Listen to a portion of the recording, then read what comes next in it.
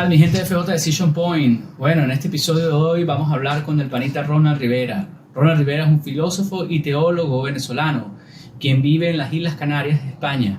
Vamos a hablar sobre un tema súper interesante, la fenomenología. Él nos va a dar luces al respecto y bueno, nada, dale play. Bueno, bienvenido Ronald a FJ Decision Point. Un placer tenerte aquí, mi pana. Y bueno, que nos puedas... Igualmente, Franklin, saludos a todos tus oyentes y a Chile, a Santiago de Chile, a todos los que están por allá. Gracias, igual por allá, por las Canarias, ¿no? Que hay una gran comunidad de venezolanos también, ¿no? Sí, sí, exactamente. Sí, Sí, qué bueno, qué bueno. Bueno, Ronald, mira, hay un tema muy interesante. Tú como filósofo y teólogo, como experto en estas materias, ¿no? Que bueno, se llama la fenomenología. Y bueno, es un término que no se escucha muy a menudo, pero que es bastante interesante y hay mucho tema ahí como tal. Así que bueno, me gustaría que me dieras como una especie de una breve definición de qué es la fenomenología. sí, bueno, ante todo, la fenomenología viene justamente de la palabra fenómeno, Ok, que es un término que nosotros podemos entender y conocer en castellano, y generalmente cuando uno habla del fenómeno, lo primero que se le viene a uno en la mente, algo que es extraño, ¿no? Es sí, una relación a fenómeno con algo que no es normal. claro. Sin embargo, dentro de este ámbito filosófico, fenómeno es la realidad, ¿no? Es aquello que se presenta ante nosotros, sobre todo ante los sentidos. En este sentido, en esta línea de conocimiento, esta palabra fenómeno también viene de la palabra phantom en latín, que es la misma raíz de fantasma. Y Ok, que un fantasma es algo que se aparece, ¿no? Nosotros lo relacionamos como un espanto que viene, que no tiene una explicación. Pero dentro de la gnoseología, que es la ciencia del conocimiento, este fantasma es aquello que se presenta, ¿no? Aquello que está allí, no sabemos el por qué. Nosotros mismos, siempre está esta discusión del origen, ¿no? De todas las cosas, incluso el origen del ser humano. ok, Y es porque estamos dentro de este contexto fantasmagórico, ¿no? Fenomenológico, que es aquello que se presenta, pero sabemos que está allí porque lo podemos palpar, porque lo podemos ver, porque lo podemos conocer, pero no sabemos en su totalidad qué es esa realidad, ¿no? ok, Y la fenomenología trata sobre eso, es el estudio de la realidad, de lo que se presenta ante los sentidos. Su exponente o su fundador se toma dentro de la filosofía es Edmund Husserl.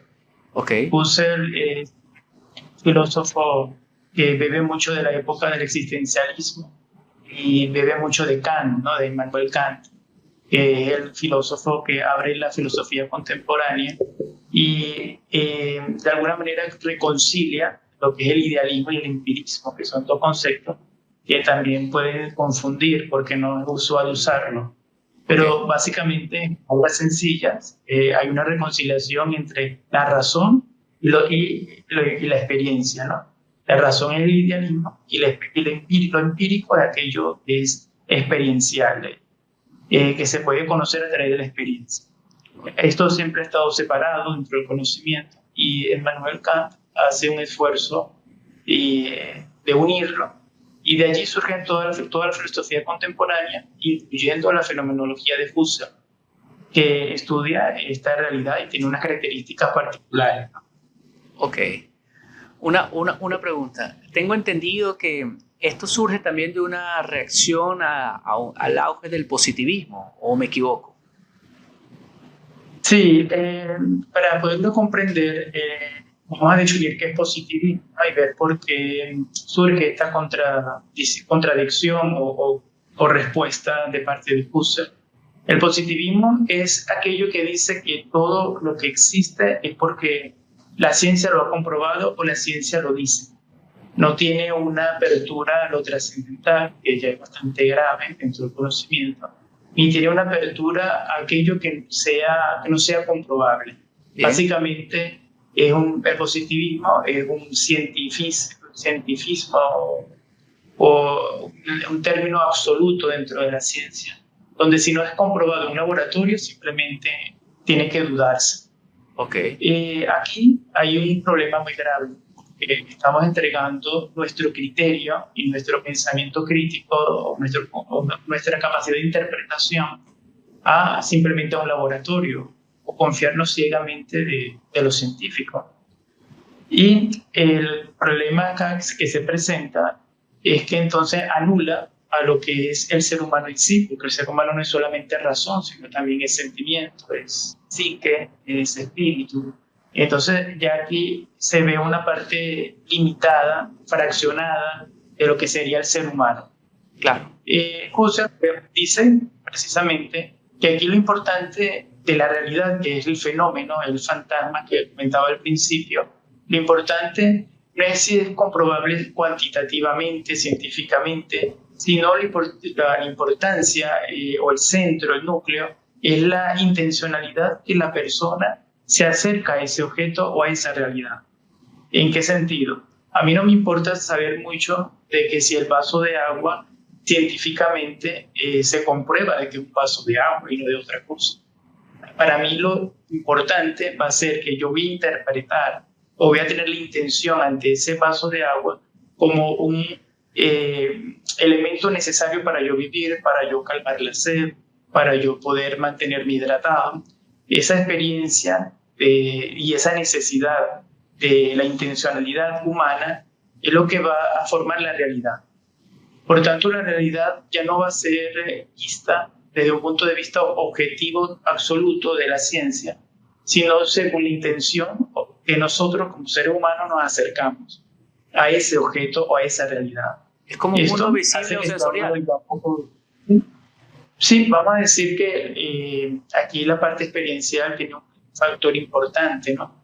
Pero no es totalmente empírico, porque ya uno se acerca al objeto con una intención previa, que no se puede entender como una idea previa, no se puede entender como que si estuviéramos hablando de ideas preestablecidas, que de hecho justamente una de las razones de la fenomenología o de lo que defiende la fenomenología es no tener un juicio previo de las cosas. Uno tiene que ver el objeto y no con un concepto aprendido, sino tú mismo le vas a dar la definición a ese concepto según la intención y la respuesta, la satisfacción que te va a proporcionar. Entonces deja la definición o el concepto de la realidad a una subjetividad prácticamente completa de la persona, ¿no? De esta manera, ¿qué sería lo negativo de este método fenomenológico? De que puede ser muy subjetivo, ¿no? Porque la realidad va a ser según la intención que le dé cada persona a lo que se acerca. Wow, un poco bastante interesante, ¿no? Mira, aquí en este tema de la fenomenología hablan un poco de la trascendencia. ¿Cómo se relaciona esto, la trascendencia, con...? Sí, yo por lo menos defiendo de que la filosofía, para ser completa, tiene que responder a la integralidad del ser humano, ¿no? Okay. Y el ser humano tiene 4 aspectos importantes, que es un aspecto biológico, un aspecto psicológico, un aspecto espiritual y un aspecto social. Okay.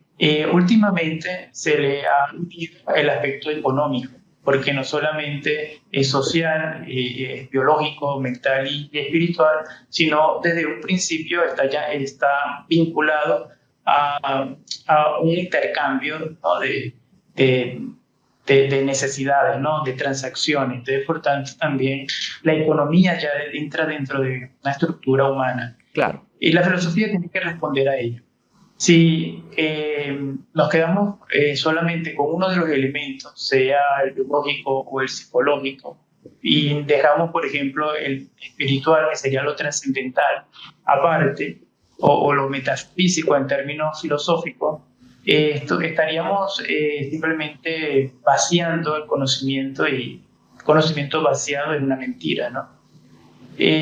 Por lo tanto, la fenomenología ayuda a que uno se dé cuenta de que lo que está delante de tus ojos o delante de los sentidos nunca va a ser algo absoluto, siempre va a estar algo atrás de eso, ¿no?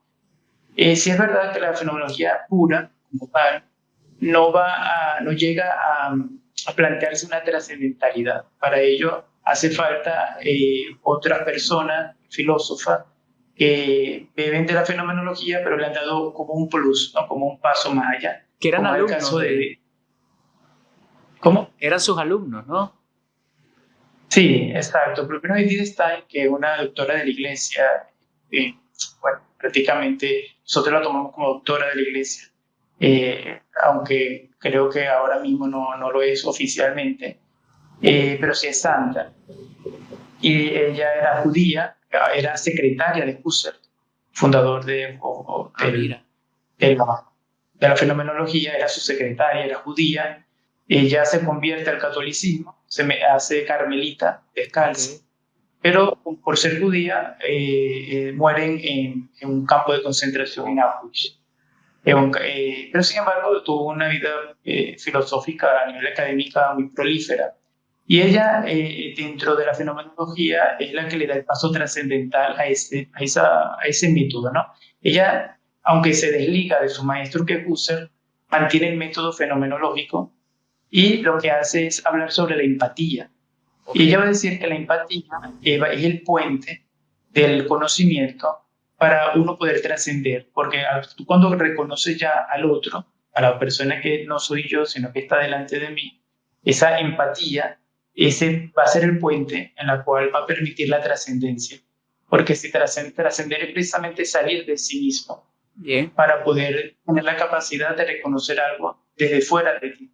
Y al reconocer al otro, ya estás trascendiendo. Esto se puede llevar en términos espirituales también a la parte religiosa, ¿no? Es decir, Dios es una persona. Si yo creo en Dios, estoy saliendo de mí mismo para tener una relación con un ente o un ser superior, ¿no? Pero inclusive lo podemos ver desde lo micro, es decir, de la persona que está a mi lado o aquí junto con los que nos están escuchando y viendo, incluso contigo, Franklin. El hecho de que estemos compartiendo y hay una trascendencia porque nos estamos reconociendo y respetando, sabiendo que el otro está allí, es distinto, es semejante, pero es distinto a mí, ¿no? Ok. Oye, qué bueno, qué bueno. Y cuéntame, tú como filósofo actualmente enseñas parte de este método a tus alumnos, lo aplicas dentro de tu entorno, cuéntame un poco cómo es esa dinámica. Sí, actualmente el método fenomenológico es aceptado ampliamente en las universidades, sobre todo en las carreras, facultades humanistas, porque tiene un énfasis en lo cualitativo y no en lo cuantitativo. Hay carreras, por ejemplo, la antropología o la sociología o inclusive la misma psicología, en la cual no todo es medible, ¿no? Entonces entra lo que se llaman historias de vida, en la cual yo voy a desarrollar una tesis o una investigación a raíz de la experiencia que tienen ciertas personas, ¿no? El caso último, que tuve oportunidad de desarrollar una tesis con este método, la comparto como especie de ejemplo, fue en Galicia cuando hice un máster de investigación aplicada a la educación, donde el profesor nos invitaba a hacer una historia de vida con reclusas, mujeres presas, que dieron a luz dentro de la cárcel y después de cierto tiempo le quitan a sus hijos, ¿no? Entonces, hablar un poco de cómo esa relación a nivel psicológica y de educación social afecta a las mujeres que están dentro de la cárcel y con una maternidad, ¿no? Que es algo que muchas veces nosotros no imaginamos. Un vínculo muy fuerte. Y sí, es bastante fuerte. Y el método lo que ayudaba consistía en que en vez de sacar una encuesta de cuántas mujeres hay presas, cuántas dieron a luz, cuántas se le quitaron a los hijos, el método se invierte, ¿no? Ya no lo importante no es la cantidad o la estadística, sino la experiencia que viven esas personas. Y entonces, algunos se hizo una investigación, se les pidió a las madres que escribieran una carta a sus hijos. Se hizo el esfuerzo de que localizar los hijos de esas madres para entregarles las cartas. Algunos no se lograron, pero primero hicieron el ejercicio de escribir, ¿no? Y a través de esas cartas se plasmó una investigación escrita donde se plasmaba no una estadística cuantitativa, sino la experiencia real de lo que esas mujeres estaban viviendo y cómo viven esa separación de sus hijos.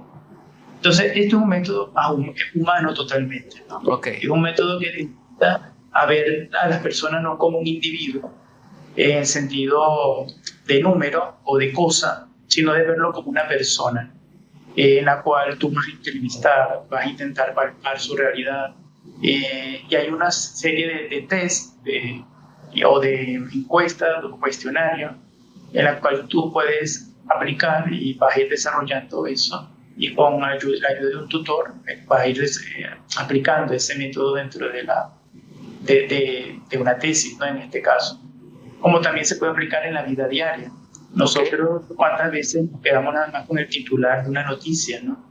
Ese titular es un fenómeno que se presenta delante de ti. Claro. Ya queda de parte de uno, como el que está leyendo, como lector de esa noticia, de tú tomar tu propia decisión o acercarte con tu intención personal acerca a esa noticia o esa realidad, o simplemente dejarte confiar por lo que dicen los demás. Claro. O dejarte confiar por lo que diga un organismo. Y entonces es una invitación al pensamiento crítico totalmente. Claro, un poco. Y tengo entendido de que el que inicia este método, ¿no? Ya antes mencionado, también era un poco, no decir fan, pero también sí tomó muchas ideas de René Descartes. Sí, bueno, Descartes prácticamente el padre de la filosofía moderna. Se le reconoce sobre todo por su método cartesiano, en la cual la experiencia del ser humano va a tener un condicionamiento que va a consistir en todo aquello que puede ser palpable y comprobable, algo parecido a lo que decía el positivismo, va a formar parte de mi realidad, ¿no? El conocimiento va a ser desarrollado según aquello que me puede aportar algo práctico. Y hay algo, vamos a decir, negativo del método cartesiano, es que descartó la metafísica. En la Edad Media, en la Edad Antigua, un griego como por ejemplo Aristóteles o Platón, era impensable separar la metafísica de la razón o de la conciencia, ¿no? Ellos tenían muy claro que la ética, por ejemplo, estaba unida al acto político, al acto social, al acto humano, como igualmente la amistad, igualmente el amor.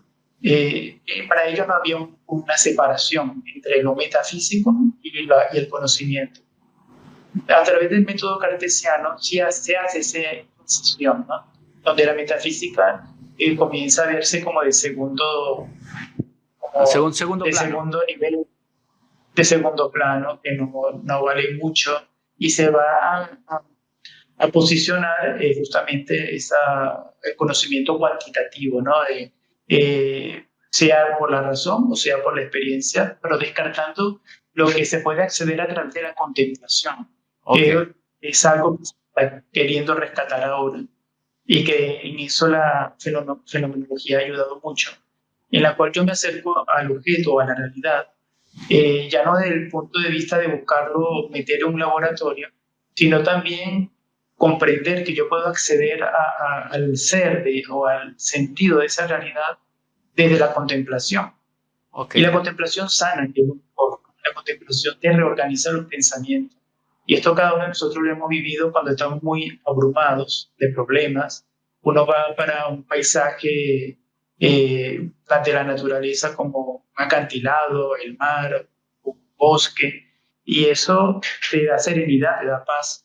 Claro. O cuando uno, aunque sea cristiano, sea religioso, tiene algún problema y entra dentro de una iglesia y se sienta, y uno dice, oye, el estar aquí en este ambiente de alguna manera me hace sentir mejor. Sí, te calma la mente. Sí.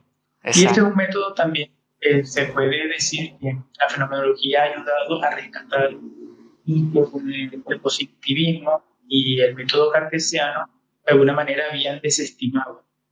Esto lo tenía muy claro, como les decía anteriormente, la filosofía antigua, sobre todo la griega y la Edad Media, que muchos dicen que un